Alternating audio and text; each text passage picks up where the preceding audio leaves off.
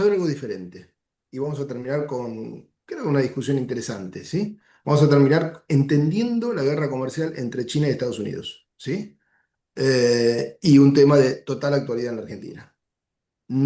La clase empieza con la evolución de la contabilidad de gestión, pero nos vamos a la contabilidad, ¿sí? O sea, nos alejamos un poquito de la contabilidad, volvemos y nos alejamos, ¿sí? Bueno, les comparto la presentación, que obviamente está todo subido. ¿Cómo empezó toda esta historia de la contabilidad de gestión, sí?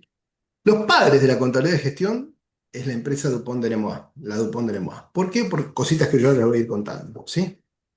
Pero básicamente, ¿qué pasó? Explota el capitalismo. Ustedes piensen que la máquina de vapor se inventa ya por el 1700 y algo, 1780, por ahí. ¿Me escuchan bien, no? Perfecto. Bien. Sí. Y tardamos más o menos 100 años en hacer que esa máquina de vapor se pueda aplicar a procesos industriales en forma continua. Empezaron primero con los telares, reemplazando la fuerza física, porque de eso se trató la primera revolución industrial, o sea, el reemplazo de la fuerza física de animales y de personas por máquinas, ¿sí? Y ya en 1900, cuando empieza la gran explosión, ¿sí? Empieza una gran costumbre cultural de Merger and Acquisitions, M&A, ¿sí? Una gran ola de fusiones que generaron empresas que se integraron verticalmente y se organizaron funcionalmente. ¿Qué significa integrar verticalmente y organizado funcionalmente? ¿Qué es integración vertical? Y que una empresa que, por ejemplo, le compra materia prima a un proveedor, desarrolla los medios para independizarse y produce por sí misma la materia prima que después usa en el circuito productivo. Bien, o sea, integración vertical significa comprarte a tu proveedor o comprar a tus clientes, hacia arriba o hacia abajo. Una empresa petrolera integrada verticalmente en su máxima expresión en Argentina es YPF. YPF tiene pozos, tiene refinerías, tiene estaciones de servicio y, en fin, tiene combustibles, o sea, tiene refinería y tiene estaciones de servicio. O sea, está integrada en el upstream y en el downstream, ¿sí? Y Otras no logística, están. ¿Cómo? y logística, su propia logística, Y además tiene su propia logística y tiene un desarrollo de litio su propio importante. depósito, su propia logística. Exactamente, exactamente. Entonces, esto empezó en el 1900. Antes, ¿cómo crecía una empresa? Y crecía comprándose a otra, pero otra a lo mejor del mismo rubro. Acá no, se empezó a integrar verticalmente. Me compro a mi proveedor o me compro a mi cadena de distribución. Y lo segundo, organización funcional. Un organigrama funcional es aquel que se separa por áreas. Es el típico que vemos en cualquier empresa. Gerencia comercial, gerencia administrativa, gerencia de recursos humanos, gerencia industrial, fin. Con lo cual hay una gran especialización en la función, pero una gran diversificación en la integración. Y ahí aparecen las grandes empresas, ¿sí? Exxon, todas las grandes empresas del acero, de los trenes y demás, todo el desarrollo industrial americano, ¿sí? Antes, ¿qué pasaba? Había empresas con un solo tipo de actividad, con lo cual el aumento del tamaño pasaba por aumentar la actividad, pero no por integrarse verticalmente, ¿sí? En este contexto, en 1903 aparece la DuPont Powder Company, ¿sí? La empresa DuPont que ahí tienen la foto del que fue el presidente de la DuPont, se caracteriza porque fueron el ejemplo, o se puede decir los creadores de la contabilidad de gestión, ¿sí? El ROA, que ustedes vieron con Oscar, Return on Assets, o sea, utilidad sobre activos, ¿sí? Lo inventaron estos señores, ¿sí? Lo inventó uno de sus empleados, que era Donaldson Brown. En un ratito vamos a hablar de ellos. ¿Y por qué pongo ROI? Porque la notación original que utilizaban era ROI, Return on Investment. Investment lo llamaban a todo el activo, pero es ROA, ¿sí? Esto anótenselo por algún lado, acuérdense, porque vamos a ver indistintamente una anotación o la otra. En la práctica lo usamos como usan los bancos y como usa todo el mundo, ROA, Return on Assets, retorno sobre los activos. Muy bien. ¿Cómo era el tipo de organización? La estructura era muy funcional con un especialista a cargo, y a cargo de qué, de cada departamento. Con lo cual estaba la headquarter que coordinaba la actividad de los distintos departamentos. Por eso yo digo que entre 1900 y 1930 se inventó todo. Como estaba José Compras, estaba Juan Ventas, ¿sí? Todo lo que sea técnicas de ese sector, por eso llamamos técnicas unidireccionales o unisectoriales, ¿sí? Se fueron inventando en esa época por el tamaño que tenían. Ya no pasabas a comprar para la estación de servicio, comprabas ahora para la destilería, comprabas para el pozo, o sea, una oficina de compras gigante. Ya no vendías solamente la nafta, vendías los producidos, vendías crudo, etcétera, etcétera, etcétera. ¿Esto qué generó? Generó empezar a trabajar con eficiencia de costos y con economía de escala. Eficiencia de costos, todos entendemos lo que es, aunque después lo vamos a ver. ¿Y economía de escala qué es?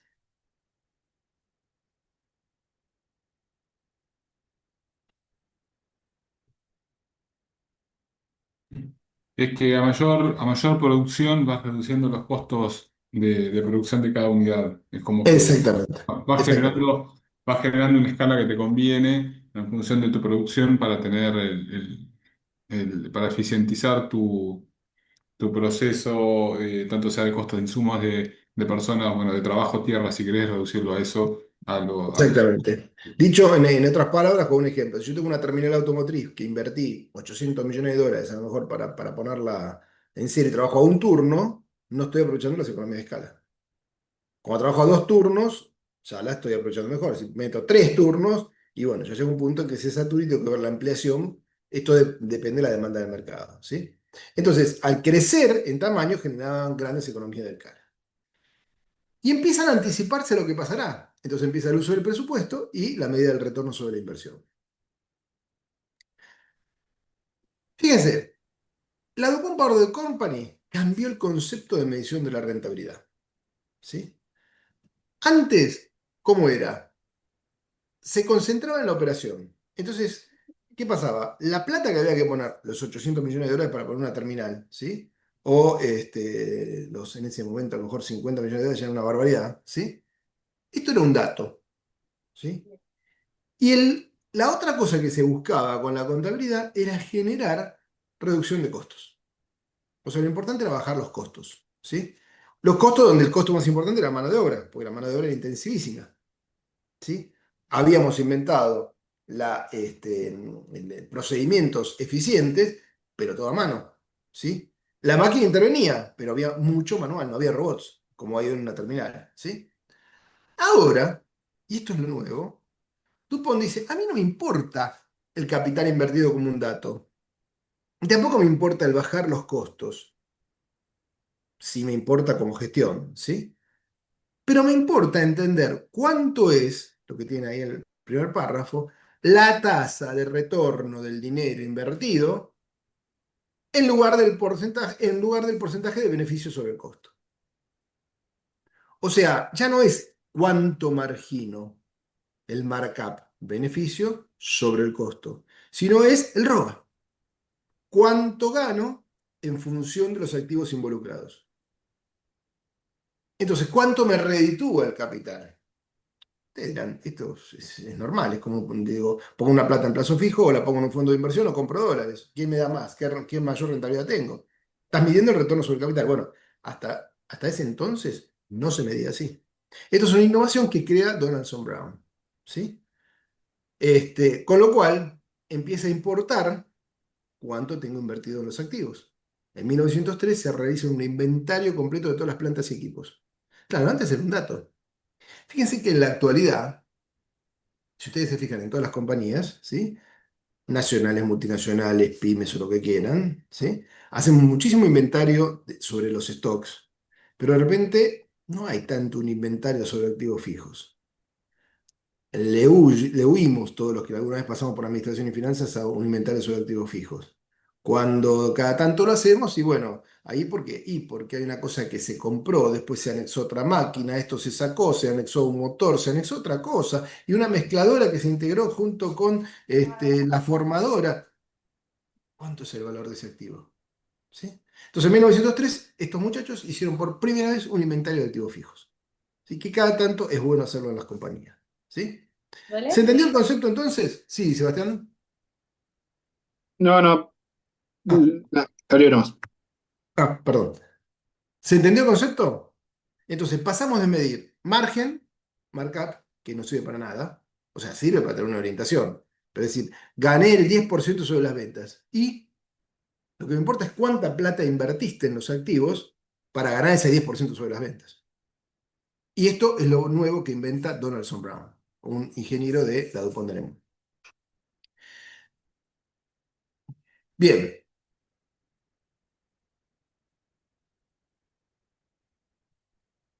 entonces, vamos a ver un poquitito cómo eh, se empezaron a armar los departamentos de fabricación. Ubiquémonos en el tiempo, 1905-1910. ¿Había computadoras? ¿Había calculadoras? Las cuentas se hacían a mano. No, Había no. un ábaco que ayudaba, ¿sí? Entonces, departamento de fabricación, ¿sí? Llevaron el control y la valorización de las actividades de fabricación de más de 40 molinos. O sea, tenían 40 molinos dispersos, ¿sí? Y cada uno lograron tener su costo de fabricación de cada uno de los molinos. Para lo cual empezaron a armar un informe de los costos de trabajo. Ese costo de trabajo para el superintendente de planta. No sé si ustedes llegaron a conocer, pero antes no había un gerente de operaciones. Había el mandamás de la planta, el superintendente de planta y el capataz, el foreman, que daba las órdenes, ¿sí? El superintendente de planta era más o menos el amo y señor del lugar. Piensen que no es como ahora que mañana me voy a la planta que está en Wisconsin. No, mañana no te vas a la planta que está en Wisconsin porque para llegar a Wisconsin tardas 4 días, ¿sí? Entonces, las distancias, la falta de comunicaciones hacía que cada uno cuando tenía que trabajar en forma dispersa y tenía que controlarlo de alguna manera, ¿sí? Se empezó a armar una hoja de pérdidas y ganancias para el comité ejecutivo. Ahí empezaron a darse cuenta que tenían problemas de asignación de los costos indirectos. Después vamos a ver el tema de costos, pero digamos todos aquellos costos que no son atribuibles directamente al producto. Yo sé que para este mouse necesito energía eléctrica para fabricarlo, pero ese costo de energía eléctrica, ¿sí? ¿Cómo hago para asignarlo a este mouse que entró en una línea de producción donde se hicieron mouse, teclados y otras cosas más? ¿Sí? Entonces, ¿cómo hago esa asignación de costos indirectos? Y además empezaron a pensar, integración vertical, ¿a qué precio le vendo yo el petróleo, para que se entienda fácil, a la destilería? ¿A qué precio le vende la destilería a la nafta? Porque si no es un precio de mercado, si no es el precio, es el precio del costo, la eficiencia que logra un negocio se la pasa al otro. Con lo cual empezaron a hablarse de los precios de transferencia. Todo esto entre 1900 y 1910. Sigamos. Departamento de ventas. Empezaron a pensar en un sistema de tarjetas perforadas que fue la anticipación de las computadoras, ¿sí? ¿Por qué? Porque la venta empezó a diseminarse geográficamente. Y ahí tienen un listado de los informes que tenían sobre facturas diarias, cantidades físicas y monetarias por producto vendido en cada sucursal. Podían establecer una tendencia de mercado con una brecha de 4 o 5 días. Ese era el presupuesto que se tenía. Hacer un resumen mensual por zona, por tipo de producto, por tipo de cliente, con un costo comparativo de sucursales. Empezaron a hablar de los precios netos y los gastos de venta por producto. Y se hicieron balances provisionales de inventario. Todo esto que parece algo normal, piénsenlo que se hizo en esa época con nada. ¿Sí? El departamento de compras. Empezaron con los ahorros de compra por comprar la oficina central. ¿Cuántas empresas hoy tienen una compañía dedicada exclusivamente a comprar todo lo que se encarga de la multinacional? Con lo cual tenés que comprar algo para Buenos Aires y lo terminás comprando en México, de un proveedor de Suiza y otro de China. ¿Sí? Bueno, esto se empezó a hacer más geográficamente, más localmente, por una especialización en compras. Con lo cual empezaron a documentar los sistemas de cuentas a pagar.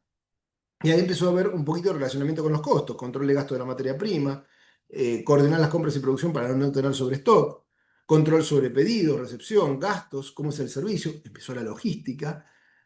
Hacían una síntesis mensual de los gastos para tener la revisión y empezó a aparecer el cheque como medio de pago, y la expedición de esos cheques para pagar esas cuentas, para cancelar las cuentas a pagar.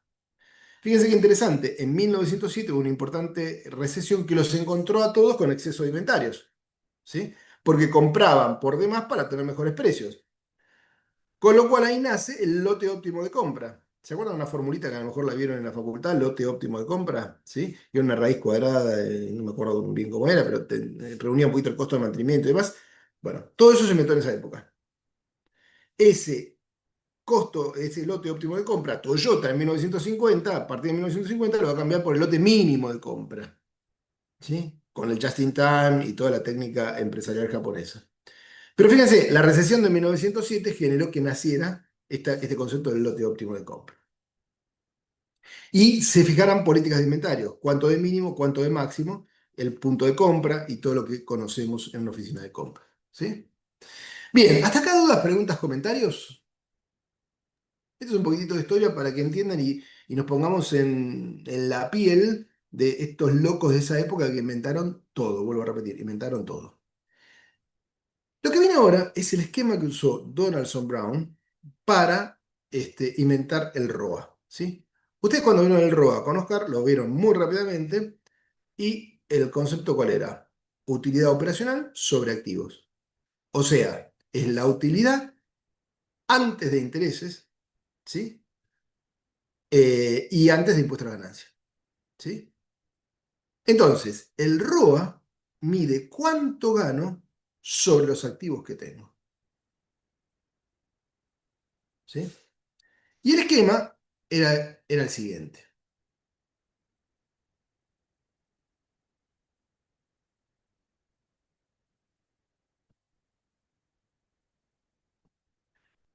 Donaldson Brown venía de ventas, ¿sí? Era ingeniero, y le gustaba ver la rotación, le gustaba entender cómo rotaba, ¿sí?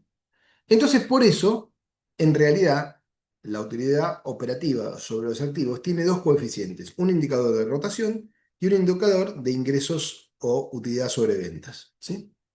Entonces, fíjense, en el numerador de esto ponía las ventas y le ponía en el denominador la inversión total. ¿Y la inversión total qué era? Las inversiones permanentes, inventario de máquinas de 1903, más el capital de trabajo. ¿Y el capital de trabajo cómo se integraba? Por los inventarios, por los clientes y por la caja. ¿Sí? Del otro lado, lo llamaba ingresos porcentaje sobre ventas. Pero estos ingresos en realidad eran el ingreso operacional. ¿Por qué? Porque incluía la venta menos el costo de venta, compuesto por el costo del molino, los gastos directos de venta, los gastos de logística y los gastos de administración y comercial. Están acá los comerciales y acá están los administrativos. Es decir, todos los gastos de estructura, todo el costo operacional. ¿Sí? Con lo cual esto era la utilidad operativa. No consideraba si había una utilidad extraordinaria y no consideraba los cargos financieros ni el impuesto a la ganancia. Entonces, con este esquema, lo que hizo Dupont es crear un indicador donde, a ver si puedo encontrar un segundo, porque me cambió la versión y a ver si puedo hacer un pizarrón.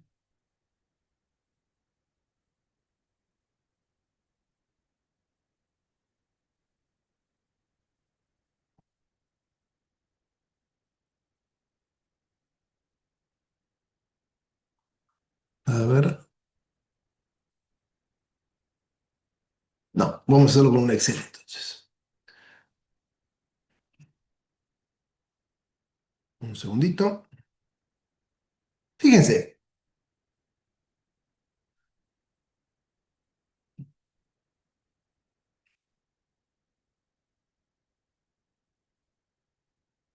supongamos, lo vamos a hacer con una hojita de Excel. Lo quería hacer con un dibujo en el pizarrón, pero no encuentro la función del pizarrón. Así que para no perder tiempo, vamos a hacerlo con un Excel. Supongamos que yo no tengo 40 molinos, sino 4. ¿Sí? Entonces, acá tenemos el molino A. ¿Están viendo el Excel, no? Sí, Sí. Acá tengo el molino B. Acá tengo el molino C. Y por acá tengo el molino D. Resulta que para el molino A, ¿sí? Al cual tengo un superintendente de fábrica, esperen que lo voy a agrandar un poquito.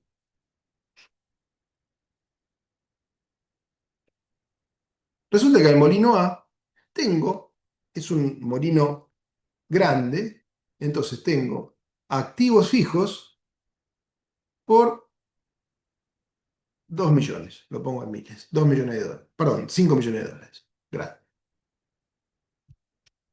Y la utilidad operativa siempre, supongamos que fue de 1.000.000.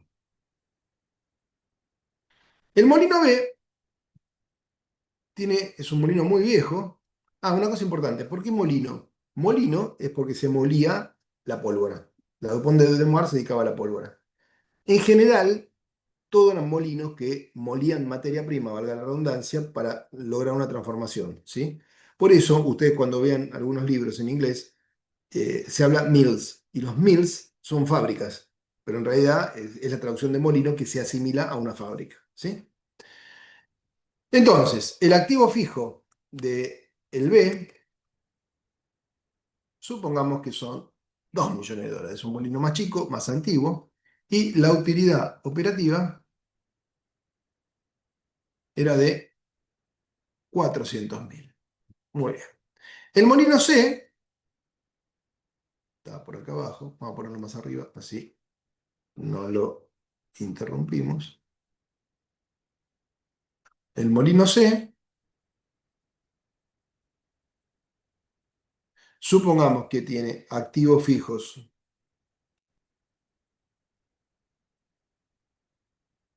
por 1.000.000 de dólares, mucho más chiquito que otro, y tiene una utilidad operativa de 300.000. Y por último, el molino D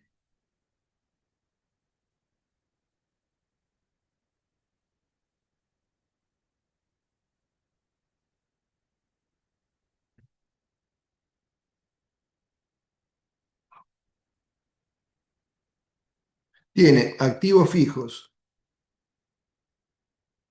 por 8.000.000 de dólares y tiene una utilidad operativa de 800.000 dólares. Muy bien. Si yo les pregunto, ¿cuál es el molino que más gana en la vieja usanza, antes del Dupont de Nemours? Y en la vieja usanza primaba el valor absoluto, no el valor relativo. Con lo cual, el molino que más gana debería ser el molino A, porque gana 1.000.000 de dólares. Este gana 400, este gana 300 y este gana 800. En el esquema inventado por Donaldson Brown, dice, a mí no me importa el que gana más, sino me importa el que gana en función tampoco de cuánto vendió, sino en función de los activos involucrados. Entonces, si yo hago acá por porcentaje, diría que esto es más esto, dividido esto, me está dando un 20%. Este es el ROA del molino A. Y el ROA del molino B va a ser igual a 20%. Y el ROA del molino C va a ser igual a 10%. Y por último, el del molino A, el viejito, 30%. ¿Quién gana más ahora? Ese. El C. ¿Por qué? Porque requiere una menor inversión para la utilidad que me aporta. Bueno, pero es una cosa chiquita. Un marketinero te diría, no me permite crecer, no tengo volumen, no tengo diversidad, no tengo un montón de cosas, pero la rentabilidad es superior. Entonces, ¿qué hacía la Dupont de Nemours como política? Ponía una tasa de corte, suponete 10%, y de esa forma medía el responsable del área, que era el superintendente de fábrica. Entonces, si la tasa de corte es del 10%, mirá, Pedrito, estás al límite, ¿sí? Pero lo que pasa es un molino nuevo, 8 millones de inversión, la curva de aprendizaje. Sí, sí, también te damos un tiempito. Aparte estás en el límite, pero esto tiene que crecer, porque la tasa de corte es 10. Y si y si la tasa va por debajo del 10, o cambio a Pedro o cierro el molino. ¿Y acá qué pasa? Acá tengo un genio que ata con alambre como puede las cosas, qué sé yo, y por proceso, no por tecnología, que esto es lo que les quería mostrar, las dos formas de bajar los costos en proceso industrial es o metés tecnología, ¿sí? O mejorás el proceso. Entonces acá debo tener un genio que eh, tiene unos procesos operativos súper eficientes, logra bajos costos y tiene esta rentabilidad. Y a lo mejor tengo que pensar, Juancito que está acá, ponerlo acá en lugar de Pedrito. O no, porque a lo mejor este sabe trabajar con la tecnología vieja y la tecnología nueva no está adaptada a esto. Y estos dos tienen un 20%, claro, pero uno da nada más que 400.000 y otro da $1.000.000 de utilidad. Valor absoluto versus valor relativo. Para la caja, evidentemente, este es el que más aporta. Pero desde el punto de vista económico y de rentabilidad sobre los activos es este. Esto parte de los. ¿Se acuerdan que había mucho que perdía? Todo activo tiene que poner dinero en mi bolsillo. ¿Cuál es la receta para esto? Y si esto es un molino nuevo y podés dividir, sacar algo, fíjate vos si bajás el activo a 5 millones. No lo podés hacer. Suponete que lo dividís y capacidad de producción la destinás a otra unidad de negocio. Y ahí te cambió, ya te mejoró el 16%. O sea, para mejorar la rentabilidad tenés dos acciones. O bajás los activos o aumentás la utilidad. ¿Cómo aumentar la utilidad? Mejorando el costo o mejorando el precio de venta. ¿Sí? Pero fundamentalmente mejorando el costo. ¿Se entiende el concepto? Y acá viene lo rico y el cambio de paradigma. A partir de acá se empieza a medir sobre el activo producido. Acá se empieza a medir la rentabilidad del capital aportado. Acá se empieza a medir la rentabilidad del accionista, pero en función de las operaciones. No en función del manejo de caja. ¿Por qué? Porque estos activos fijos eran las máquinas y también el stock. ¿Sí? O sea, activos fijos, está mal ahí, tendría que poner activos fijos más capital de trabajo. Los señores que estaban acá no tenían que preocuparse por el pago. ¿Por qué? Porque para eso estaba la oficina central, la headquarter. La headquarter se dedicaba a pagar todo. Todas las finanzas estaban centralizadas, nadie tocaba la plata. Venía la orden de compra, necesitas esto, el proveedor entregó, hay que pagarle. ¿De dónde te pagan? De la headquarter. ¿Sí? Que creo que estaba en Delaware. ¿Sí? Entonces, esto, fíjense, este modelo, Cecilia, muteate. Este modelo, fíjense, que fue copiado en todos los países del mundo, de tener una headquarter central y centralizada la finanza. Por ejemplo, acá en Argentina, Pérez Compán, vos tenés que cobrar de alguna de las empresas de Pérez Compán y ibas a Florida 1, no, Florida 1, no, bueno, la que le paralela a Florida 1, y en ese edificio sabía que te pagaban. Techín tenía Santa María Financiera, que no era una financiera abierta, era la financiera del grupo. Entonces Santa María te emitía todos los pagos. Vos cerrabas algo con Tenaris o con Ternium y te pagaba Santa María. Con el impuesto al cheque y otras cosas más, desaparecieron estos sistemas y las finanzas no pudieron centralizarse. Pero este esquema es el que se inventó en 1900 y que copiaron muchas empresas en Argentina y en otros países del mundo. ¿Se entendió el concepto? Sí. ¿Preguntas? ¿Comentarios? Yo si al ROA, Return on Assets, ¿sí? Le pongo el leverage financiero, el índice de apalancamiento, me da el ROE. Por eso cuando ustedes ven el leverage es ROE sobre ROA. ¿Sí? Y se acuerdan que vieron con Oscar, si el índice de apalancamiento me da mayor a 1, quiere decir que la empresa está bien financiada. Si me da menor a 1, quiere decir que está mal financiada. O que no estoy utilizando bien la capacidad de prestable que puede tener. Hay muchas pymes que dicen, no, yo con banco no quiero saber nada. Cuando tengo la plata hago la inversión. Esas pymes, que pueden tener una muy buena rentabilidad, generalmente les suele dar un leverage de 0,80, 0,90 y demás. Entonces la rentabilidad neta, la utilidad neta sobre patrimonio neto, sobre el capital aportado, termina siendo inferior a otras, ¿sí? Y termina siendo inferior al ROA. ¿Por qué? Porque no están utilizando el leverage, la capacidad de apalancarse, la capacidad de tomar préstamos a una tasa inferior a la tasa de rentabilidad que me da el negocio.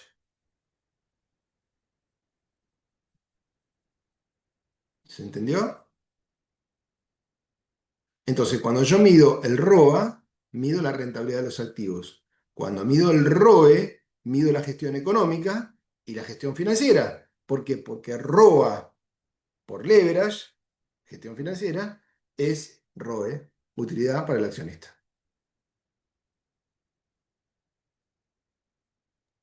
Profe, ¿Me entendió? Sí, Sebastián. Entonces, si yo tengo posibilidad de invertir con mi propia plata, me Sí. conviene de alguna forma hacer otra cosa y tomar deuda porque de alguna forma, no sé si me explico bien o no, pero decís que si no estoy apalancado con un financiamiento menor a mi rentabilidad, Sí. pero entiendo que también cuando una pyme o una empresa corre riesgo a tomar deuda y dice, no, prefiero financiarme con mi propia rentabilidad. No sé cómo se hace en los casos que yo puedo hacer la inversión con mi propia liquidez. A ver, vamos a hacer una cosa. No quería hacerlo en tema de tiempo, pero vamos, espérenme un segundo que les voy a mostrar una cosa fuera de programa, pero que es un ejemplo muy simple, pero que nos ayuda a entender bien esto. Espérenme un segundito que ya lo busco y ya estoy con ustedes.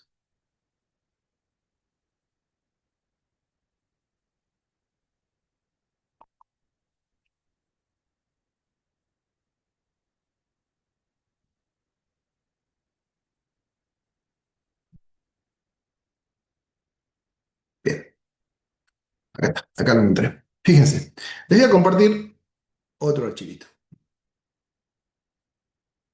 Supongamos que en este momento paramos la clase y yo les digo, señores, tengo un negocio espectacular. Ese negocio espectacular se llama La Cosa. ¿Sí? ¿Y qué es La Cosa? La cosa es que yo conozco a un señor, ¿sí? Que llegó de España, ¿sí? Así hacemos emulamos a Nueve Reinas, y quiere comprar una obra de arte que se llama La Cosa, ¿sí? Esa obra de arte que se llama La Cosa la tiene otro señor que vive en San Telmo, a 10 cuadras de la facultad, y que yo sé que la tiene en venta. Yo sé que la tiene en venta, ¿sí? Y que la vende en $1.000.000. Y también sé que el señor Fernández, que acaba de llegar de España, es un coleccionista que está dispuesto a pagar $2.000.000 por la cosa. Entonces paramos la clase y les ofrezco un negocio espectacular. Ya lo entendieron, ¿no? Vamos a ver al señor de San Telmo, le compramos la cosa en $1.000.000, tiene certificado, todo bien, ¿sí?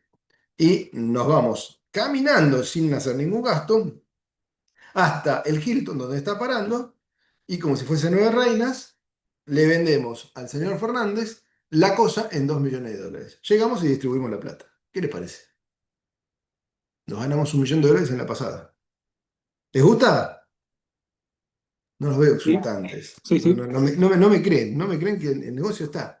Bien, bien. Bueno, Eh, ok. Bueno, tenemos un pequeño problemita. Todas las transacciones en efectivo. ¿Sí? Así que hay que juntar la plata. ¿Con cuánto los anoto? Es aquí ahora, ¿eh?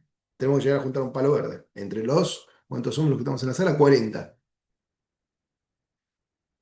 Nos vamos a la corta. Supongamos que yo les pido plata a ustedes, si uno tendrá algo, otro. Suponite que juntamos $100.000. ¿Sí? Nos faltan 900.000. ¿Qué hacemos? Vamos a un banco. ¿El banco qué nos dice? ¿Y qué sociedad anónima tienen? ¿O qué tipo de societario tienen? No, no, ninguno somos los estudiantes del MBA y tenemos una operación especial. Ah, bueno, cuando tengan algo más concreto, vengan, ¿sí? Esto tendría que estar Oscar, que el banquero de toda la vida, lo puede decir mejor. No tenés tras récords, te diría. Muy bien. Entonces, che, Oscar, ya que estás en el mundo del banco, ¿habrá algún prestamista? Sí. Y aparece un prestamista. Y el prestamista nos dice, bueno, yo les presto $900.000 a una tasa del, escuchen bien, 50% diario. No anual, diario. ¿Lo tomamos? ¿Lo hacemos o no lo hacemos? Sí, claro. Sí, con esa seguridad. ¿Todos están de acuerdo? No, acá Juan me dice que no. Hubo otra manito para abajo. Bueno, los números mandan. si ¿Sí? lo hacemos en un día, sí. Ahí Edu igual mandó un mensaje, dice que Edu pone el millón, que no pasa nada. ¿Quién puso? Edu pone. Edu me cantó la falta en vivo. No, no quiero la falta en vivo, Edu. Bien, bueno, entonces, les comparto esta presentación. que no sé si está subida porque la saqué para hacer más rápido, pero siempre pasa lo mismo. Preguntamos y vemos. Vamos a hacerlo contablemente, ¿sí? Entonces acá tienen el balance de la cosa. Juntamos los $100.000 entre todos, sin Edu, ¿sí? Porque no había llegado Edu cuando lo dijimos. Y el primer paso de nuestro balance es decir, tenemos una sociedad donde el capital social aportado por nosotros, los accionistas, es $100.000 y la caja son $100.000, ¿sí? Nos contactamos con el prestamista nos da los 900.000 y con ese millón vamos hasta San Telmo, vamos caminando para no tener ningún riesgo y nos traemos el $1.000.000 caminando así como si fuese un ejército romano, ¿sí? Por las dudas, por los robos. Y resulta que nos traemos La Cosa, esa obra de arte que se llama La Cosa en $1.000.000. Pasamos por la facultad, en la facultad hacemos una escala, ¿sí? Y seguimos camino hasta el Hilton, ¿sí? El momento en que llegamos a la facultad, hacemos el balance. ¿Y el balance cuál es? Viene de cambio. Tenemos $1.000.000 en el activo, que ese es nuestro activo. Los activos que necesitamos para hacer esta operación es $1.000.000.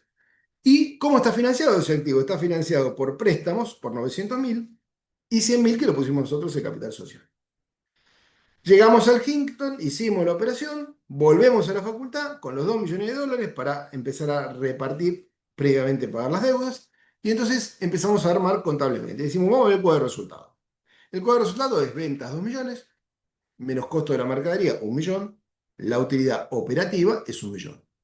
¿Tuvimos algún gasto de estructura? No. Con lo cual la utilidad operativa es igual a la utilidad bruta. La utilidad bruta es venta menos costo, utilidad bruta, menos gasto de estructura, 0, utilidad operativa. Pero nos cobra el 50% diario, ¿sí? Con lo cual, por los $900.000 tenemos que pagar un interés de 450.000. Con lo cual nos quedará una utilidad neta de 550.000, ¿sí? Esto sí, solo sí, vamos corriendo de la facultad y en el mismo día le pagamos los intereses con la devolución de capital, ¿sí? Muy bien, vamos a poner todo esto, porque ya tenemos la cuenta económica y tenemos el balance, en índice, ¿sí? Y lo que le dije yo recién es que el índice de Dupont mide la utilidad sobre activos y que, según el esquema del amigo Donaldson Brown, estaba integrado por dos cosas. Las ventas en el numerador y las ventas en el denominador, porque le gustaba ver la rotación. Entonces, el índice de rotación era cuánto es las ventas sobre el activo total, 2 millones sobre 1 millón, activo total, vuelvo para atrás, ¿lo ven? Activo total, 1 millón, y 2 millones las ventas, ¿sí? Y por otro lado, tomo la utilidad operativa, con lo cual, si yo tengo en cuenta que el resultado neto fue 550.000, esto que está acá, le sumo el resultado financiero, que hay que sacarlo, y llego a la utilidad operativa. O tomo el dato directamente de utilidad operativa. Esto porque es cuando ustedes agarran un balance, ven la utilidad neta y saquen lo financiero. Y ahí vas a tener la utilidad operativa. Más o menos algún gasto extraordinario que puedan tener, ¿sí? Con lo cual, la utilidad operativa, ¿cuánto es? 1 millón. Y esa utilidad operativa la divido sobre ventas también. Entonces me queda 1.550.000 más 450 sobre ventas, perdón, 2 millones. Y acá las ventas sobre activos. Con lo cual, como esto se simplifica con esto, me va a quedar 1 millón de utilidad operativa sobre 1 millón de activos, que es lo que invertí. En el ejemplo que les di recién en el Excel de las plantas, tendría una rentabilidad del 100% sobre el capital aportado. Muy bien. Ese capital aportado es el capital de los activos, pero no es la plata que yo realmente puse, porque no teníamos $1.000.000, solamente teníamos 100.000. Entonces aparece el apalancamiento. Con una tasa del 50% diaria en dólares, uno dice esto es una locura, el apalancamiento es malo. Pero ¿qué pasa? No es solamente el costo de la tasa, sino es el costo de la tasa más menos la composición de los activos y pasivos.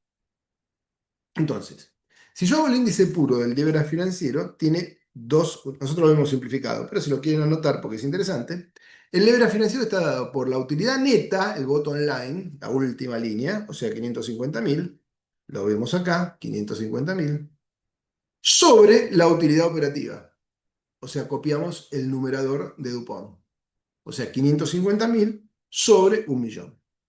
Y esta partecita del leverage financiero se llama, para los que quieran anotarlo, coeficiente del deterioro de la utilidad por efecto de los gastos financieros. Repito, coeficiente del deterioro de la utilidad por efecto de los gastos financieros. Y este coeficiente es de 0,55, es un coeficiente alto, verdaderamente alto, ¿sí? Pero este coeficiente alto, en el leverage financiero, yo lo multiplico por un indicador de composición del activo, donde en el numerador pongo el activo total, $1.000.000, lo ven acá, y en el denominador pongo el capital social aportado, o sea, la plata que pusimos nosotros, 100.000.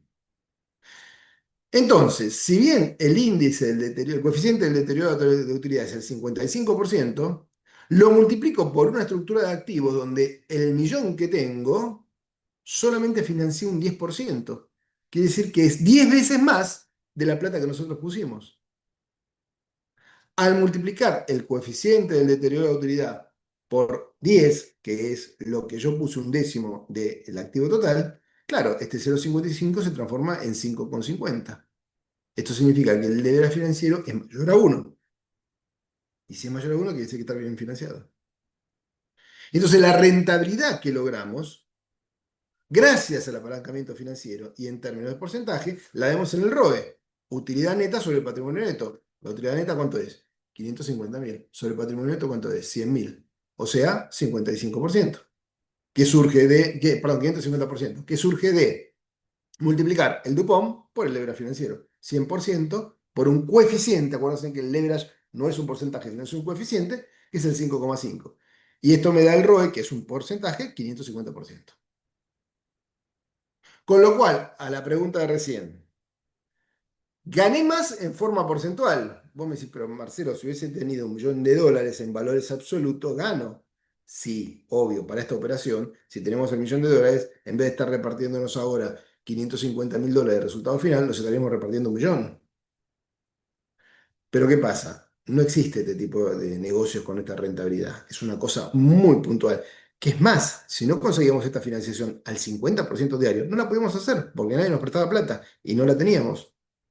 Pero esto nos sirve para pensar que un fondo de inversión de repente diversifica en distintas acciones, en distintas empresas o lo que sea, y encuentra, en definitiva, una rentabilidad sobre activos, pero también un leverage financiero que le permite poner plata en distintos lados porque tiene capacidad de endeudarse con un banco y apalancarlo,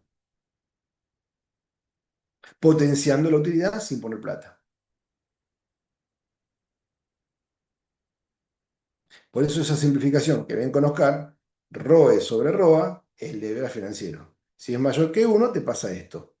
Ese número te va a dar exactamente igual si haces el coeficiente de deterioro de utilidad, utilidad neta sobre utilidad operativa, y eso lo multiplicás por un indicador de cuánto de mis activos está financiado por capital propio. Activo total sobre patrimonio neto, si bien digo. ¿Se entendió? ¿Cuál es el balance antes de cancelar la deuda? Tenemos $2.000.000, estamos en la facultad, pero sabemos que tenemos un préstamo de 1.350.000, los 900 que nos prestaron más los 550 de interés. Y el capital social es 100.000 y el resultado, la utilidad queda dentro del patrimonio neto de 550.000.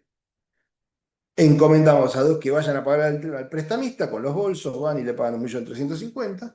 Entonces ahora no tenemos más deuda, tenemos un capital de 100.000 y un resultado final de 550, contra una caja de 650. Si la sociedad se desarma, cada uno se lleva un porcentaje de lo que puso. Si la sociedad no se desarma, porque viene, no sé, María Eugenia y dice, esperen, que tengo otra obra de arte que podemos hacer exactamente lo mismo, vamos a por ello. Y ahí empezamos a comprar y vender obras de arte y nos hacemos millonarios en segundos. ¿Se entendió el concepto? ¿Está respondida más o menos la pregunta?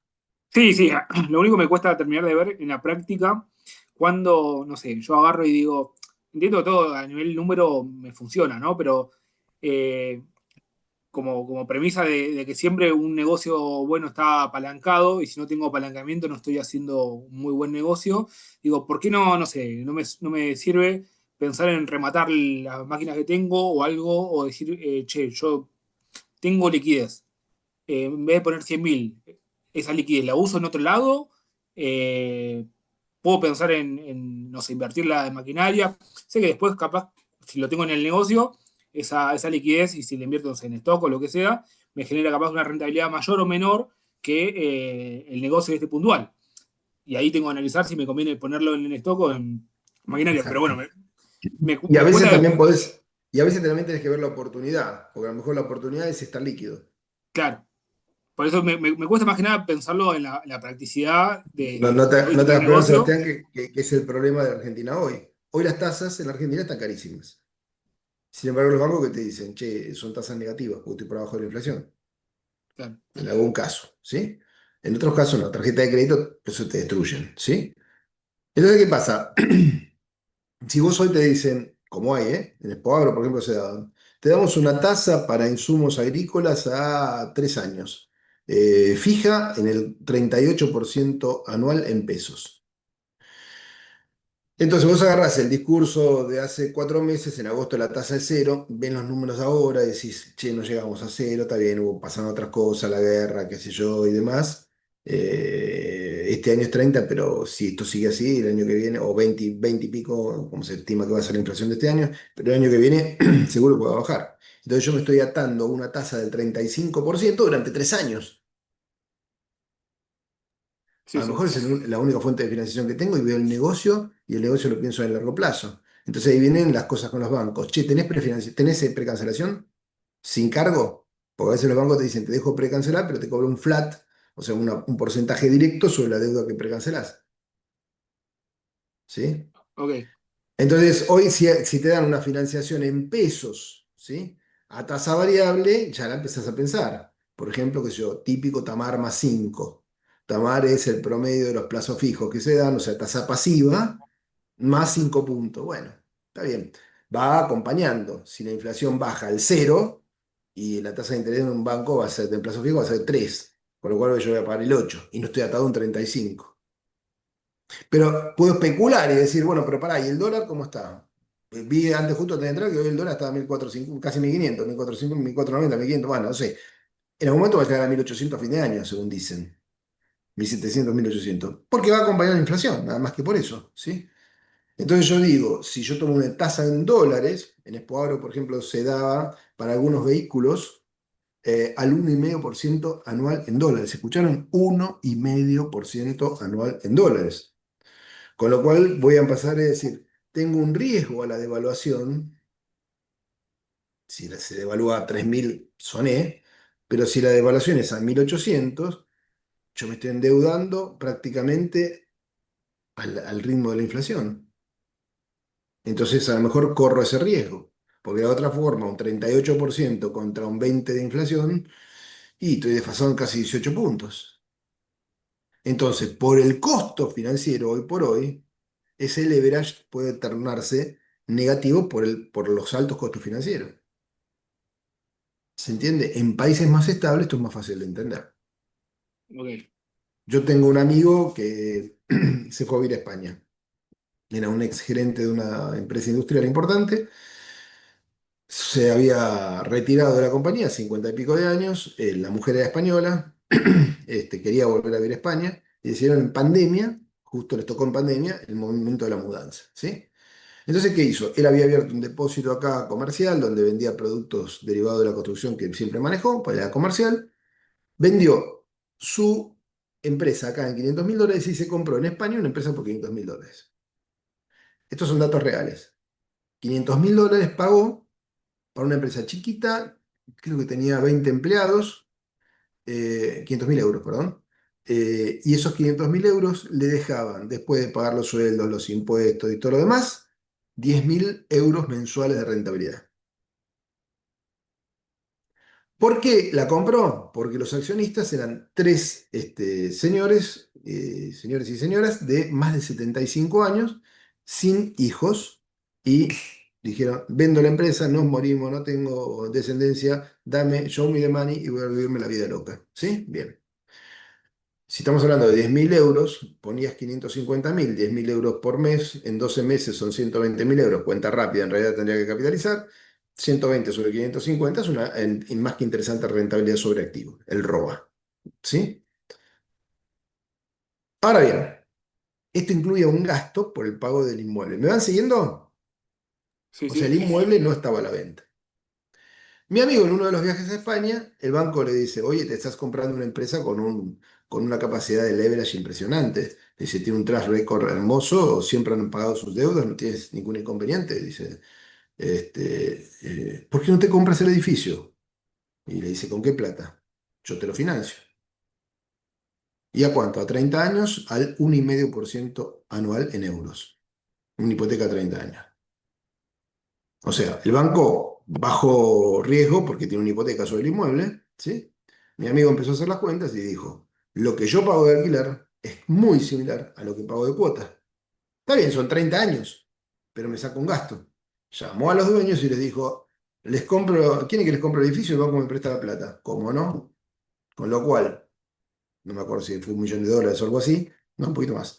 Le prestó el banco la plata, 100% de financiación, porque no sé cómo lo dibujó para no llegar al 80, o puso el 20, no me acuerdo bien, y fin, se quedó con la empresa y el edificio. Apalancamiento. El banco feliz vendió un crédito de 1,5. El banco vende plata y te lo vendió al 1,5%, que era la tasa de mercado que estaba. Y mi amigo feliz, porque en definitiva bajaba un gasto operacional que le aumentaba la rentabilidad de $10.000, de euros a, no sé, a 12.000, ponele, pero esos 2.000 euros lo tenía como pago de un capital, aumentaba el pasivo, pero al ser una hipoteca tampoco le robaba cupo de crédito. Entonces, todo este tema del leverage hay que manejarlo dentro de un contexto. Por eso no se puede decir, con esta tasa tengo leverage negativo, porque fíjense, tenemos un leverage de 5,50 con una tasa del 50% diario en dólares. ¿Sí? Pero en la práctica, cuando las tasas están altas, es muy probable que no tengas efecto leverage. Cuando las tasas están bajas, esto fue en el 2019, antes de la pandemia, y se mudó en pandemia, y bueno, es muy probable que te convenga hacer este tipo de cosas porque tenés un buen leverage. ¿Se entendió? Sí, sí. Bien. Bueno, todo esto se lo debemos al amigo Donaldson Brown, ¿sí? Que inventó este indicador y que cambió la forma de medir la contabilidad de gestión en la época, ¿sí? Hay un museo en Delaware sobre la contabilidad de gestión. Les cuento una infidencia. Un día estaba en Nueva York con mi señora y me digo, ¿vamos a conocer Washington? Sí, dale, vamos a conocer Washington, perfecto. Y digo, mi amor, en el camino a Washington está Delaware, donde hay un museo de la contabilidad de gestión. Solamente mi mujer me miró y entendí que no podía ir a ese museo, porque le parecía algo, creo que aburrido. Pero teóricamente todo esto que les digo, el manuscrito y demás está todo ahí. No lo pude ver. Bueno, no importa, pasan estas cosas.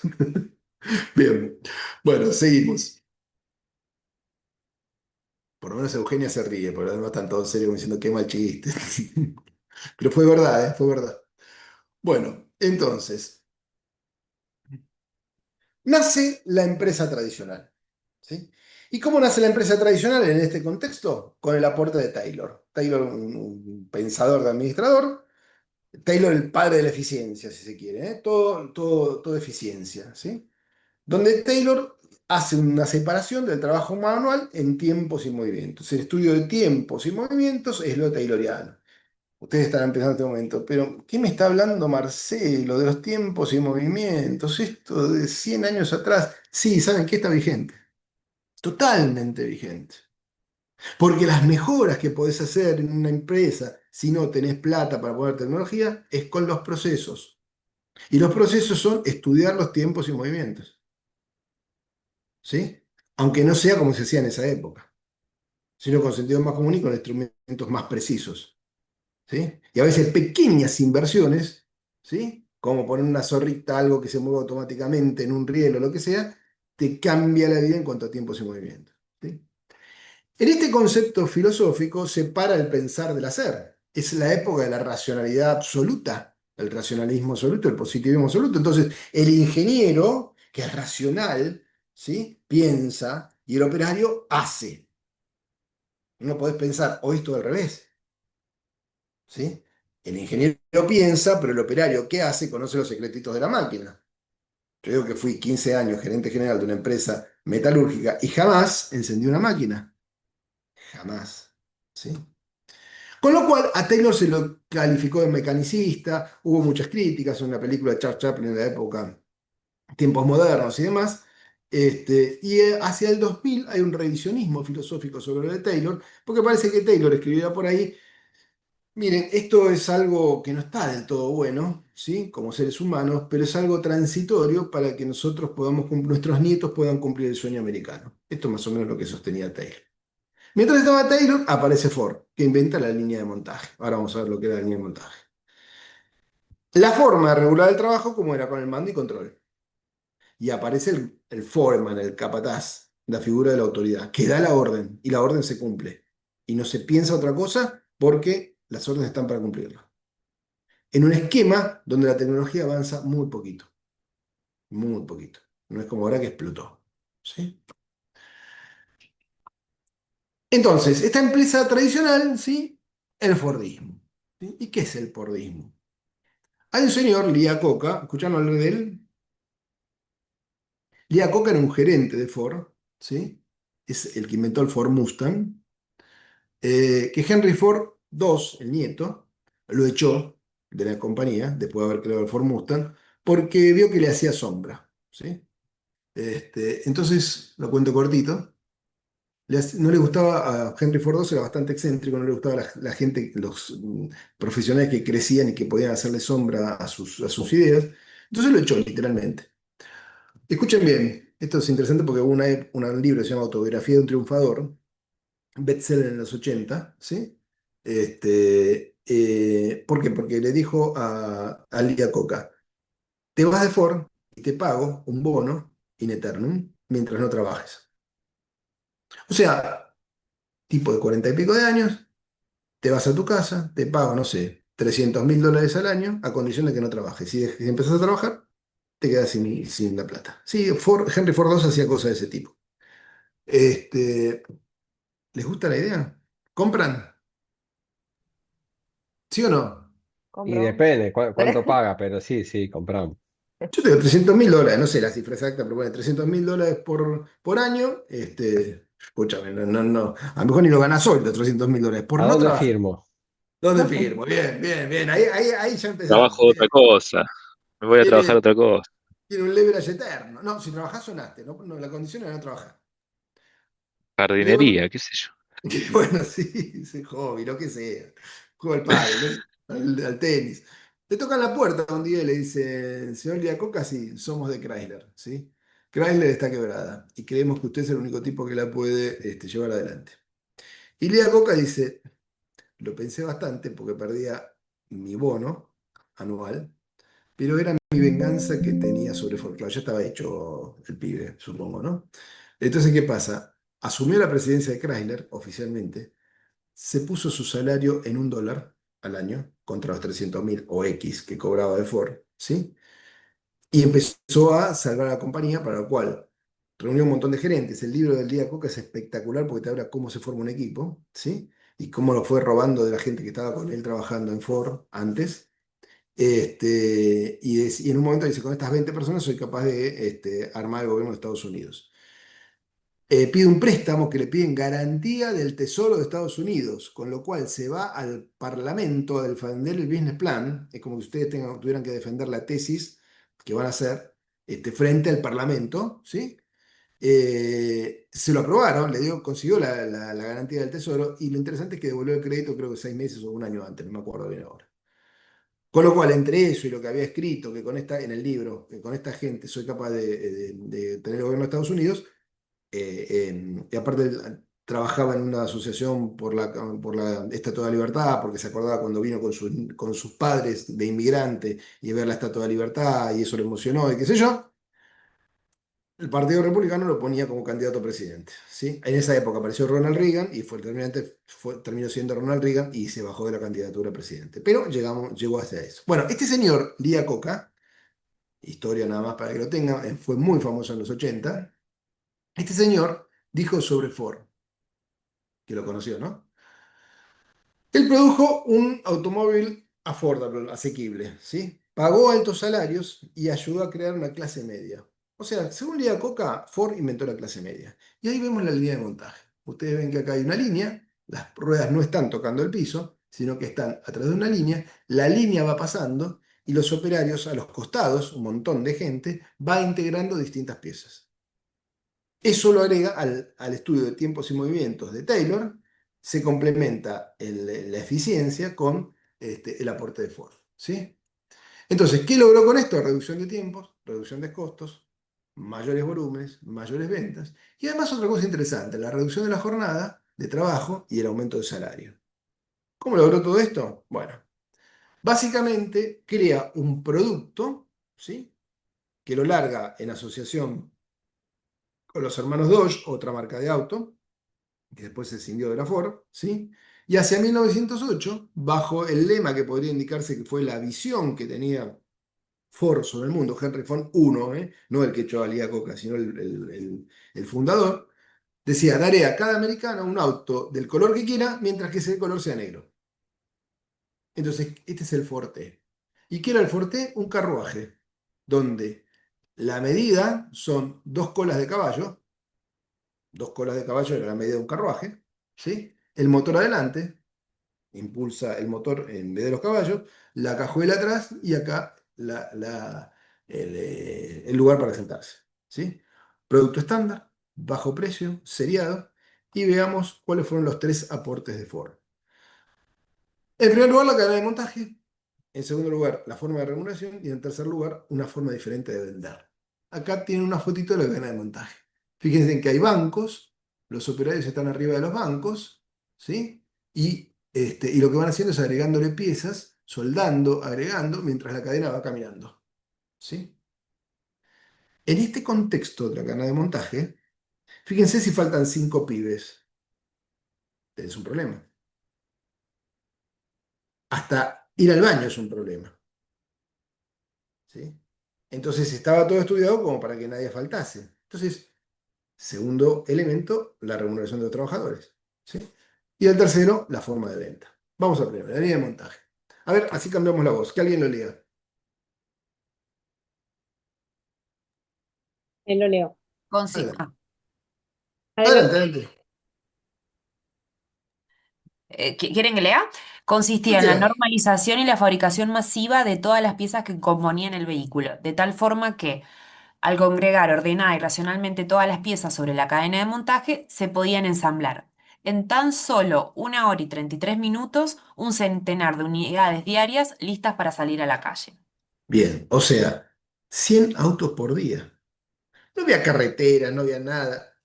100 autos por día. Ahora, ¿qué cosas vemos en la línea de montaje? Fíjense, ¿qué hay acá? ¿Los ven? ¿Alcanzan a ver? ¿Qué Un es? sistema de alimentación. ¿Un sistema de Alimentación. alimentación? ¿Pero qué tiene acá? Gomas, Ruedas. ruedas. Ruedas. ¿Y cuántas hay? ¿Pocas o muchas? Muchas. Mucho stock, mucho stock. No puede fallar. La línea de montaje se alimenta por gente que está parada recibiendo stock. Y el stock tiene que estar permanentemente. Cuando vamos a ver el Just in Time, en Toyota, no hay stock. O sea, el stock no es que no hay stock, no es stock cero. Es cuando yo saco una rueda, hay una tarjeta, ¿sí? Kanban, que le dice, tráeme una rueda y reponela. Optimizaron el stock. Básicamente porque tampoco había espacio. Japón es chico. El espacio es muy caro, ¿sí? Por eso el toyotismo es distinto al fordismo. Súper eficiente, ¿sí? Pero esa eficiencia la lleva al máximo optimizando los stocks. Acá no, mucho stock, mucha gente. Claro, estábamos en 1900. Y le tiraste al municipio 100 autos por día, que empiezan a transitar de un lado al otro. Y empieza a haber movimiento, empieza a venderse las cosas de distintas formas. Entonces tenía que tener gente motivada. Y la motivación por dónde pasaba, por la remuneración de los trabajadores. A ver, alguien que lea. Eugenia. Remuneración de los trabajadores. Ford estableció para sus trabajadores un salario desorbitado, según sus competidores, de $5 al día por 8 horas, con un plan de participación en los beneficios, duplicando el promedio de los salarios de la época de $2.34 por 9 horas. Con eso logró incrementar el nivel de vida de estos, que inmediatamente pasaban a comprarse un Forte. Entonces, fíjense, gente que salía de la cosecha del campo, ¿sí? Y de repente iban a trabajar en General Motors y ganaban 2,34 horas trabajando 9 horas. Ibas a Ford y te ganabas 8 horas, 1 hora menos, no es menor, 1 hora menos, $5 al día, ¿sí? Y aparte, participabas de los beneficios. ¿Qué pensaba Ford? Ford pensaba que la gente tenía que tener poder adquisitivo para comprar el Forte que valía unos $600 aproximadamente. Entonces, incluso en una reunión, vuelve de una reunión y el gerente financiero le dice, escuché que estuvo en esa reunión, dice, aumentando el salario de los trabajadores, y si hubiese estado yo, lo hubiese impedido, queriendo quedar bien el gerente financiero. Y Ford le dice, por lo que me dijiste, vamos a redondearlo, era 4,75, lo vamos a llevar a $5 al día. ¿Sí? Era bastante loquito también Henry Ford uno, ¿no? Entonces, ¿por qué? Porque tenía ese concepto. Ahora, la exigencia era suprema. Se dice por ahí que uno de los jefes de personal era un ex campeón de box. Bien, fíjense lo que decía abajo. Fíjense la frase de Ford, Eugenia. Nosotros exigimos que nuestros hombres hagan lo que se les diga. Nuestra organización es tan especializada y todas sus partes dependen de las otras, de tal modo que es imposible pensar en dejar a nuestros obreros hacer lo que quieran. Sin la más rigurosa disciplina, llegaríamos a la confusión más extrema. O sea, dictadura absoluta. ¿Sí? Tenías que estar las 8 horas poniendo tornillo. O las 8 horas poniendo una goma, una rueda. ¿Sí? O soldando alguna cosa de la estructura. Y que no falte nadie. Hoy en las terminales existe todo esto, pero en vez de personas que tenemos, robots. El costo de la mano de obra, que era el 60% del auto, 50%, pasó a menos del 5%. Y no quiero pensar hoy con la inclusión de inteligencia artificial las cosas que se pueden hacer. ¿Sí? Vamos al tercer aporte de Ford. Expansión a nivel nacional y nueva forma de financiación. ¿Sí? ¿Alguien que la lea? Expansión a nivel nacional y nueva forma de financiación. Se estableció a escala nacional una tupida red de concesionarios, vendedores y expertos, agentes de publicidad y fomentó otro sistema de pago revolucionario para aquella época, la compra de coches a plazos. Provocó O una ampliación. sea, inventó el plan de ahorro. Ah, O sea, te doy el coche a pagar. Que era lo que faltaba. Y además una cosa interesante, ¿sí? Si la montaña no va a Mahoma, bueno, si Mahoma no va a la montaña, que la montaña venga a Mahoma, ¿sí? Hay una frase por ahí bastante antigua que decía eso. Eso quiere decir que si en definitiva los clientes no pueden venir, tengo que abrir sucursales y llevar para expandir el mercado. Ahí tienen el precio, ¿ven? Buy it because it's a better car, $650, ¿sí? Más o menos ese era el precio del Forte, ¿sí? Entonces aparece el vendedor de autos, típica imagen del exitoso vendedor de autos de los 90. Porque ¿qué pasaba a los 5 o 10 años con el auto?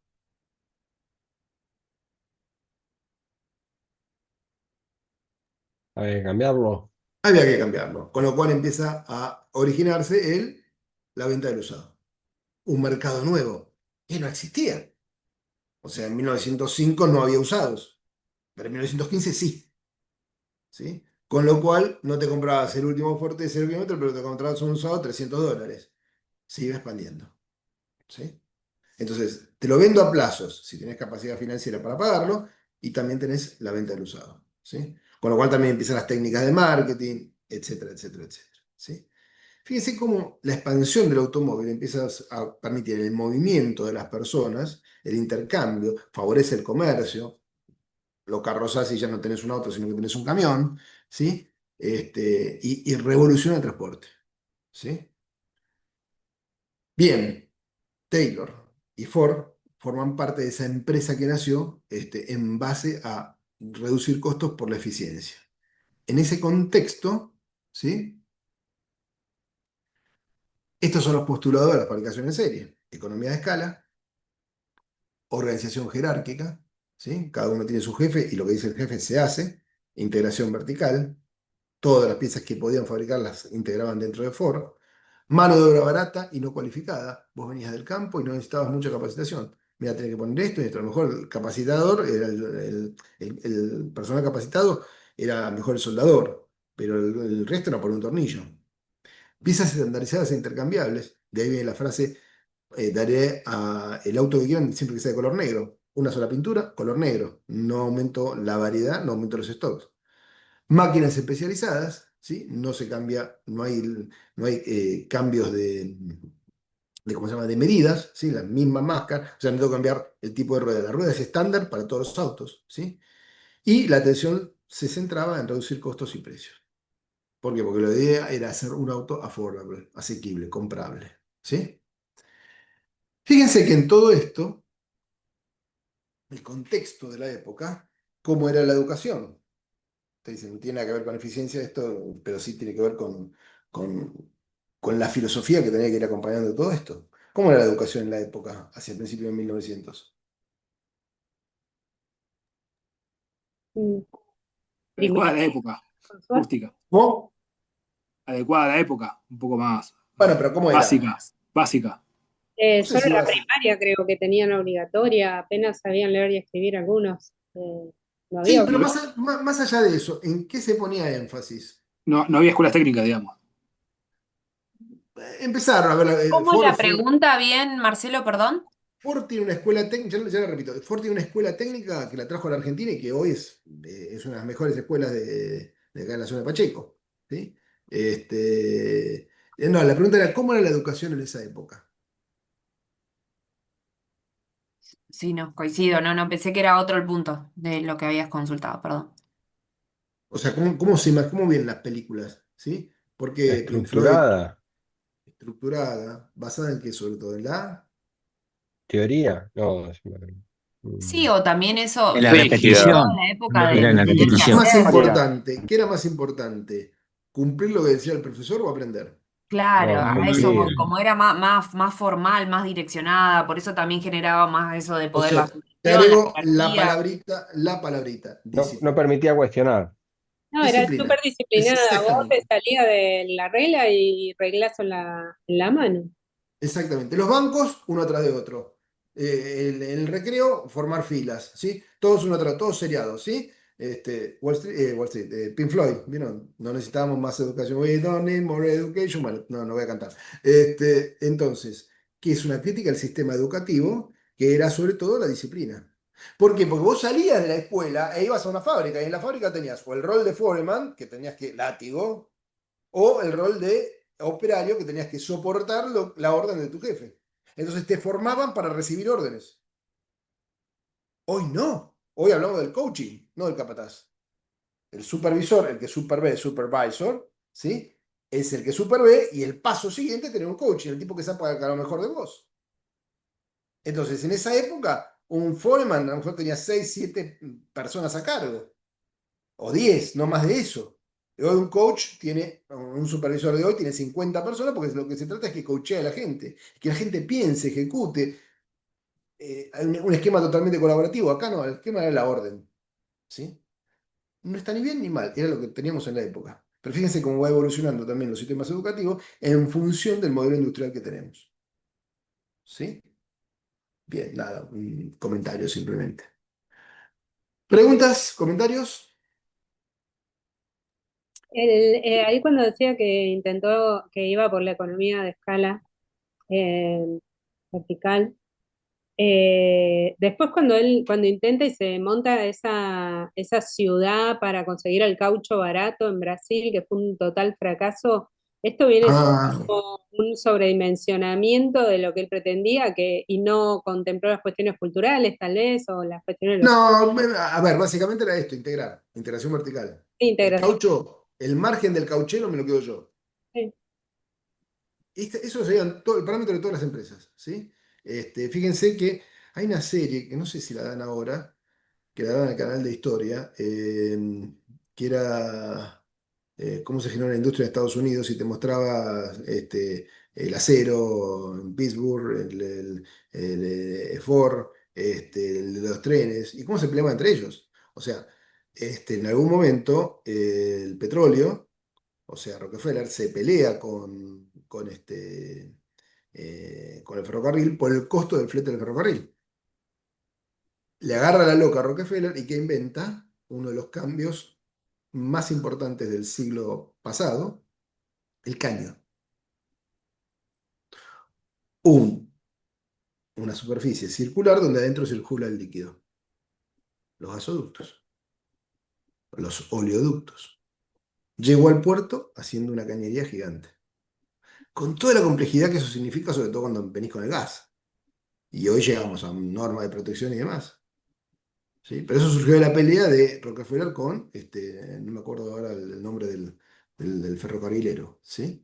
Entonces, la idea era integrar. El valor agregado que tenés vos me lo quedo yo. ¿Sí? Una integración vertical, todo lo que hace a mi negocio. ¿Sí? Bien, dicho esto, ¿quién es el competidor de Ford? Claro, ahí dice Gabriel Strinas en sus ensayos muestra cómo se desarrolló Estados Unidos. Exactamente. Todo esto era. Estados Unidos, el 2 de abril de 1800, me acuerdo la fecha por el 2 de abril, pero no me acuerdo el año, terminó la guerra de secesión. Hubo medio millón de muertos. ¿Sí? Listo. Ganó el norte, ganó la industria. Se terminó la esclavitud y empezamos a fabricar un país. Y así arrancaron. Con una industria competitiva y exportadora. Al revés que nosotros, que teníamos una industria competitiva y exportadora, aunque no lo creamos, desde 1890 Argentina tenía industrias y muy importantes, y después fuimos a un modelo de sustitución de importaciones. Y eso es lo que hoy se está discutiendo en el país. O sea, cómo sobrevivir en la competitividad cuando tenés industrias no competitivas. Y porque tenés un modelo industrial no competitivo. ¿Sí? Le robo 2 segundos. Hay un caso que lo desarrolla Porter, que es el caso italiano. ¿Sí? Los ceramistas en Sassuolo. ¿Sí? Sassuolo es la capital de la cerámica en Italia. ¿Sí? Y cerámicos italianos, todos sabrán lo que cuesta un cerámico italiano. Terminó la guerra, había que reconstruir Italia. La cerámica se encontraba con la siguiente disyuntiva. La materia prima era importada, arcilla blanca.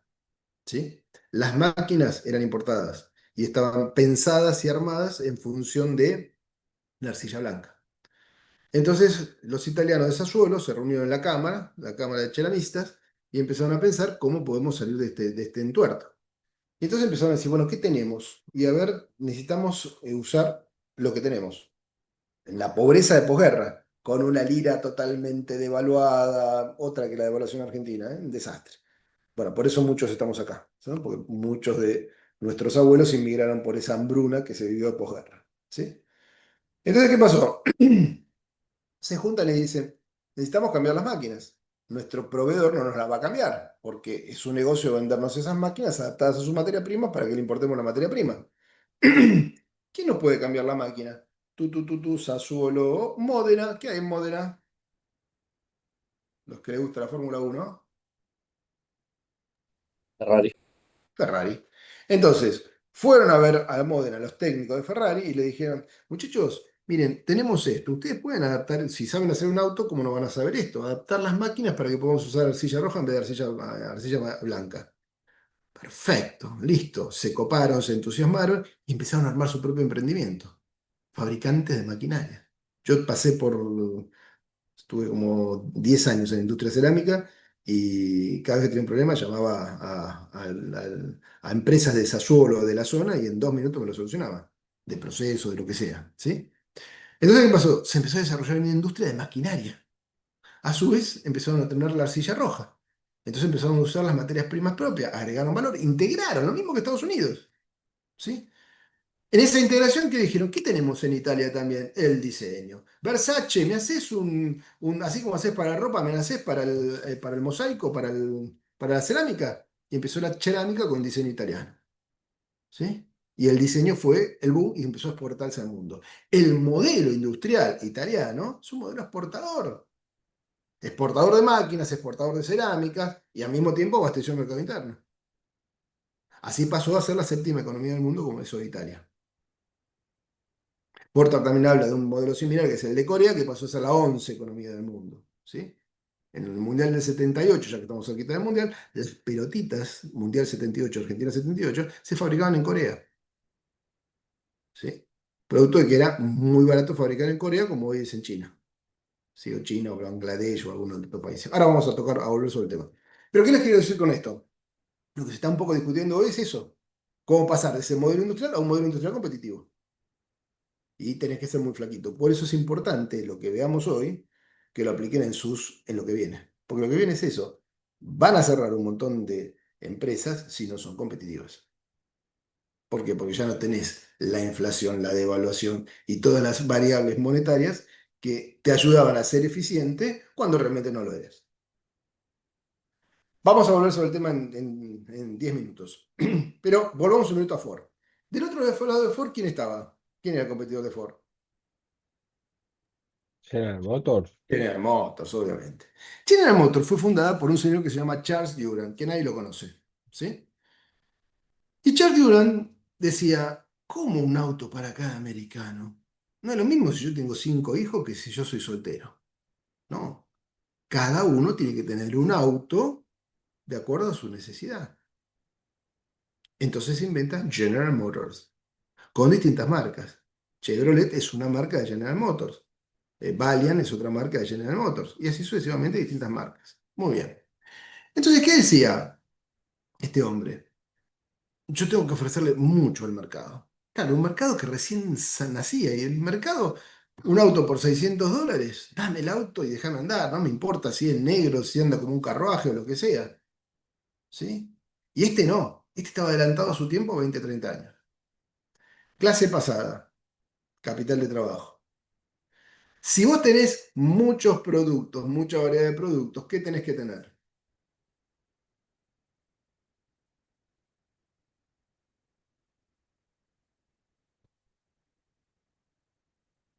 Ropa femenina. Nosotros somos aburridos. Camisa de 3, 4 colores y nada más, ¿sí? ¿Ustedes qué quieren, chicas? Variedad, ¿sí? Entonces, ¿la variedad qué significa? Que yo tengo que tener mucho qué. Stock. Exactamente. Entonces, al revés de Ford, que tenía stock, pero de un solo producto, ¿sí? 1, 2, 3 productos, pero básicamente el Ford era lo importante. General Motors tenía muchos productos con muchos stocks. ¿Esto qué significaba? Capital de trabajo. ¿Esto qué significaba? Poner más plata. El aumenta el activo, te baja el ROA. ¿Sí? Y además los recursos no son infinitos. Iba al banco y el banco le prestaba plata. Hacia 1916, el banco le dijo a Charles Duran, Charles, stop, ordenate, estás vendiendo los autos a pérdida, nadie te los compra, no sé por qué, no entiendo la industria automotriz, pero es la última plata que te prestamos. Hacia 1919, o sea, se ordenó un año, 1917 empezó a caer de vuelta, en 1919 le declararon la quiebra a los bancos, ¿sí? Y acá viene lo interesante. General Motors, ¿sí? Quebró. Con lo cual, el accionista principal tenía que tomar una decisión. ¿Quién era el accionista principal de General Motors? Nada más y nada menos que la DuPont de Nemours. Y la DuPont de Nemours que dijo, o la dejamos quebrar y vendemos las máquinas a Ford y a cualquier otra compañía y vemos lo que sale, o nos metemos de lleno en el negocio. ¿Y qué dijo? Nos metemos de lleno en el negocio. ¿Por qué les cuento todo esto? Porque General Motors era eso, General Motors, pero de repente un fabricante de un rodamiento, ¿sí? Que se llamaba Alfred Sloan, a Charles Duran le gustó y le dijo, vení, tomá, y este era el sistema, dame Merger and Acquisitions, dame las acciones de la compañía del rodamiento, que se llamaba Burroughs, algo así, y yo te doy acciones de General Motors, ¿sí? Y Alfred Sloan, ¿sí? Pasó a ser uno de los directores de General Motors con el procedimiento. Y Dupont veía que este tipo era distinto en el directorio, pensaba de una forma distinta, tenía una cabeza diferente. Entonces, ¿qué hace? Decide salvar a General Motors, lo pone a Alfred Sloan como gerente general primero y después gerente general y chairman de la compañía, y le pone al lado nada más y nada menos que al inventor de el ROA, a Donaldson Brown. ¿Sí? Y dicen los autores por ahí que la pareja Alfred Sloan-Donaldson Brown fue una pareja imbatible tipo, no sé, Mascherano y Messi en el Barcelona. ¿Sí? O sea, funcionaban a la perfección. Y la gran noticia fue que en lugar de salir de la quiebra, Alfred Sloan salva a General Motors. La salva tanto que hacia 1940, 20 años después, General Motors era la número 1 de Estados Unidos y Ford casi estaba en la quiebra, porque no supo reinventarse y cambiar el modelo Forte. Sobre todo porque su hijo, Edsel Ford, que había inventado, ahora vamos a ver otro modelo, fallece antes que el padre y hacia 1944-45, cuando muere el viejo Henry Ford, hereda la compañía Henry Ford II, el nieto, que lo echó a Lía Coca, ¿sí? Que conté recién, contando con tan solo 19 años. ¿Sí? Bien. Entonces, nos encontramos con el amigo Alfred Sloan, que es considerado el padre del management. ¿Sí? ¿Por qué? Porque inventó todo. Todo lo que nosotros estudiamos lo inventó este señor. ¿Sí? ¿Qué hizo? Desarrolló piezas intercambiables. ¿Sí? Con lo cual, la variación de productos que quería Charles Duran la lograba, pero con los mismos repuestos, un solo radiador, los mismos rodamientos, no sé, los paneles, los volantes, trataba de poner todo para los distintos productos.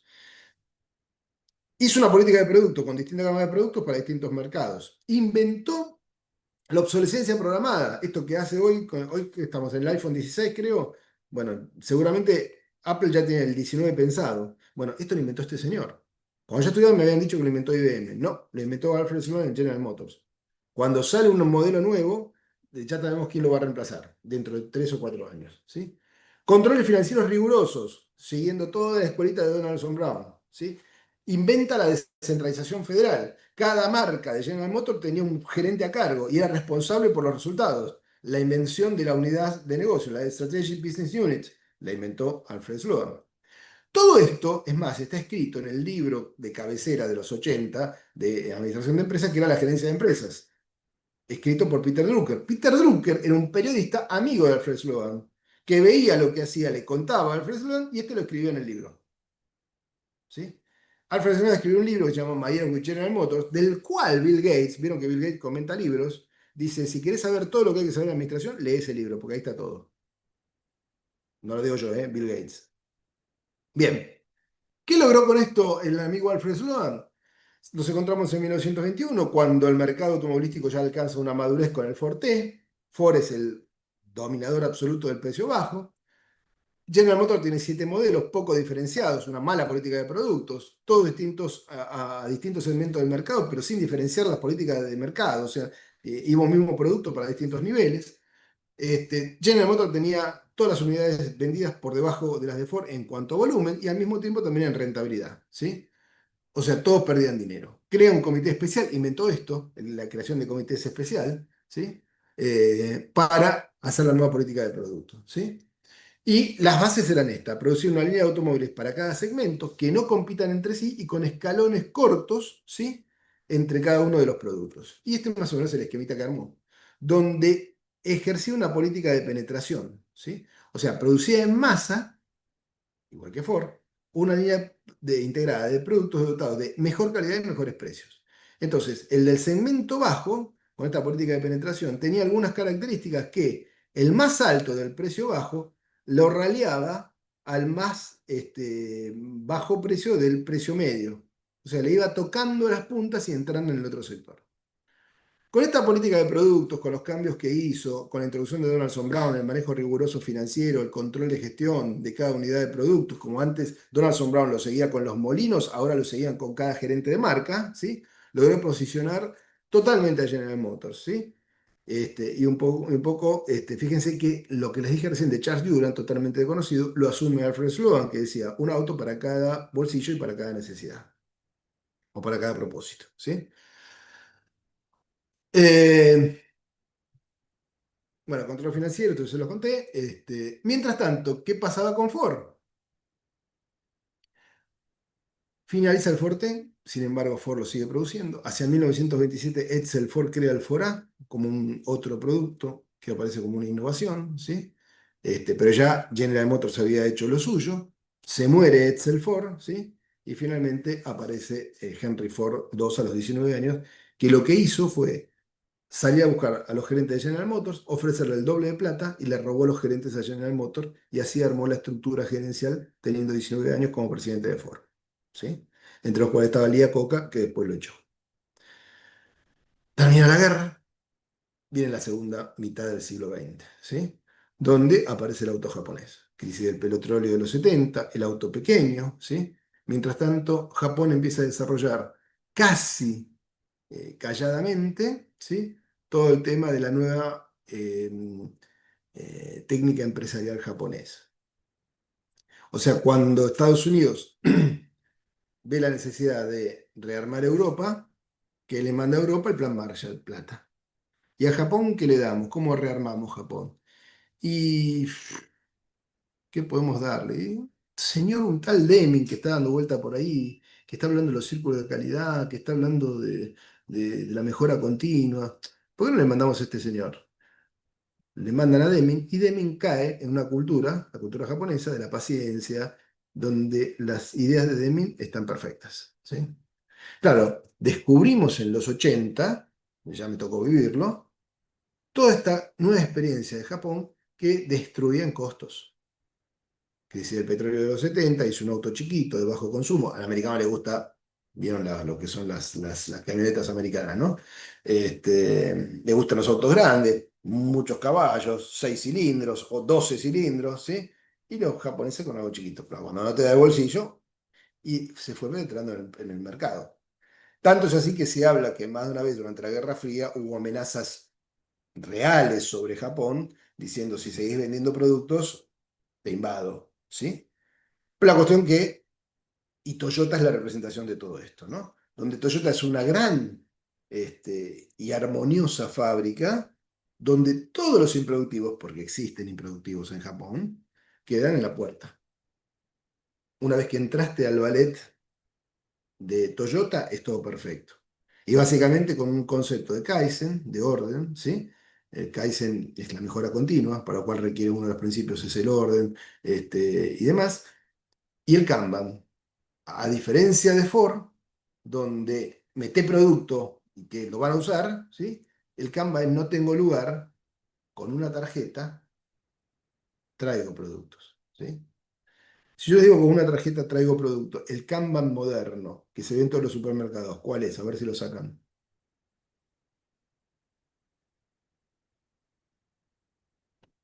La góndola. Algo más. Ahora lo voy a. Un código de barras. El código de barras.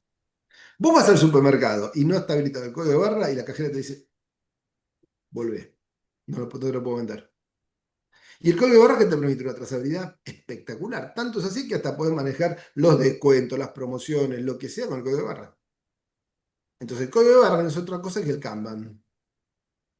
¿Sí? Entonces el Kanban te lleva a la trazabilidad del producto. ¿Dónde está el defecto? Entonces voy a corregir el defecto. La calidad pasa a ser una calidad donde no es la pieza defectuosa como era Ford, sino que la calidad está en el proceso. Con lo cual volvemos a Taylor. Mejorar los procesos, pero ahora hacerlo encima con calidad. ¿Sí? Entonces, todos los procesos en Japón, en Toyota, están recontraestudiados. ¿Sí? Y aparte es el toyotismo. Con eficiencias operativas, baja de capital de trabajo. SARA no es otra cosa que el just in time de los japoneses o de Toyota aplicado a la industria textil. Donde el just in time, ¿qué es? Tener el stock preciso en el momento oportuno. No sé ahora cómo será, pero en los 80, 90, alguien que fue a visitar Japón, la fábrica de Toyota, y que estuvo haciendo un curso allá, me decía, el proveedor que llega con un autoparte, tiene con una tarjeta, pasa la tarjeta, si la barrera se levanta, quiere decir que el lugar está libre para que él deposite el stock exactamente en el lugar donde tiene que depositarlo. Y si no se levanta, quiere decir que hubo una improductividad o alguna demora que la va a pagar el proveedor. O sea, el proveedor se tiene que quedar esperando 2, 3, 5, 10 minutos hasta que se le abre la barrera y ahí entra eso. O sea, todo funciona como un reloj y ese es el concepto del Kanban, que no es otra cosa que el factor, la tarjeta que tira, ¿sí? Que tira el producto en lugar de empujarlo. ¿Sí? Todo esto nos va a llevar a un concepto distinto en los costos, por eso lo estoy relatando ahora. Entonces, volviendo a la presentación y terminamos, así hacemos un pequeño break.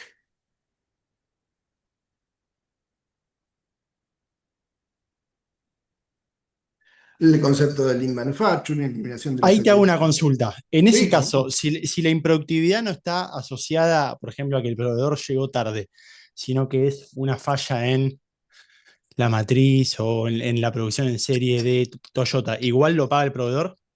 está armado como para que esas cosas no pasen, pero hay pequeñas improductividades, no cosas gigantes, y la termina pagando el proveedor. Está dentro del costo, si se quiere.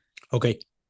Sí, sí, está pensado así, ¿sí? O sea, Ustedes piensen, ¿cómo, perdón? o sea, está analizado de que la improductividad siempre viene del lado del proveedor y no del lado de Toyota. No, no, está analizado que la productividad de Toyota o de la línea o de lo que sea, la termina pagando el proveedor. Ok, O sea, no sé, o sea, una vez que entraste, todo es un relojito.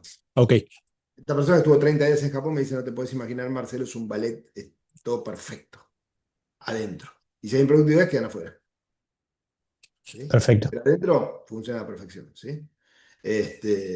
Entonces, con todo esto, vamos a ver ahora, después del break, el concepto de eficiencia y productividad, que es la clave para poder trabajar en estos tiempos en forma competitiva. O sea, lo que viene en la Argentina, ¿sí? Es reducción de costos, competitividad y ser mejores, ¿sí? Y vamos a ver qué diferencia hay entre la eficiencia física, como yo la suelo llamar, y la eficiencia monetaria.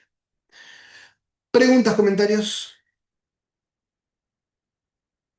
¿Está todo claro? ¿Entendible por lo menos? ¿Sí? ¿Los aburrí con la historia o les pareció interesante? No, mejor que para mí que No, los para nada. números antes del ROE, RAE, todo, es como hermoso para mí. La licenciada en recursos humanos. Bien, bien, perfecto. Bueno, después del break, entonces nos encontramos 8:20, 30, tomamos lista y arrancamos. Y ahí vamos a ver formulitas, pero formulitas derivadas de todo lo que le contamos ahora, ¿sí? Nos vemos 20:30. Gracias. Gracias, Marcelo. Gracias.